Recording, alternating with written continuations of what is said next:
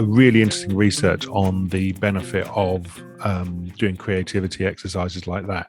And they give us serotonin buzz that we have done something creative. But actually what we've done is we've limited ourselves by the frame that we've built around the activity. There's a really interesting book by Robert Cialdini from the influence and persuasions space, and he's come up with a really interesting 50 scientifically proven ways to be persuasive.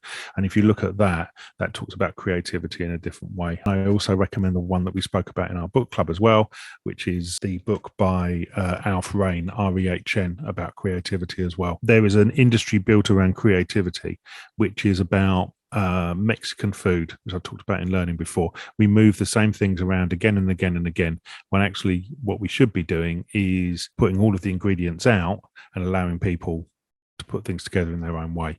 So we limit ourselves by the nature of the activities we design. It's about not really putting ourselves into a particular box. In instructional design, we have a tendency to say we have to do things this way. And then we branch creativity from that particular path or that particular area of expertise without looking at what's around us. Okay, so we're going to create this course and we're going to create a PowerPoint around this course. But what if you didn't start with PowerPoint? So it's like, okay, I'm going to be creative with my PowerPoint. But what would happen if you didn't use that at all? I'd roll it back a step. I'd say, why are you creating a course? If you're not creating a course, then that's how we should be taking the thinking back. We do things as kids, we don't do them as adults. And the reason being is because as adults, we fit into specific conventions. And there's a convention around instructional design, convention around workplace learning, etc. That what we do is we work to that convention, and that limits the thinking to within a certain space.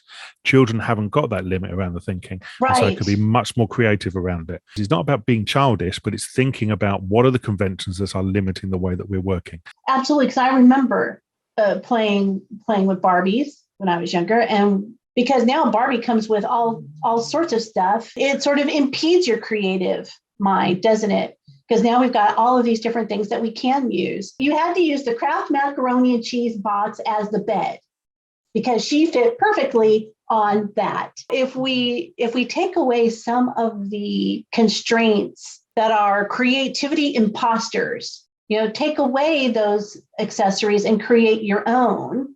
And now you're being creative. The same thing applies to conversations as well. So if you're in a group with the same group of people every week, guess what? You'll establish conventions around the way that you as a group talk about stuff. What we rate and what we value, and the social values apply to creativity as well. The same thing does apply to Legos, Heather. Absolutely. We see all those different boxes of Legos that tell you to build a helicopter or tell you to build a car, or they tell you to build this Star Wars thing. But now I see Legos actually going back to selling just straight Legos, which is how you only could buy them back in the day.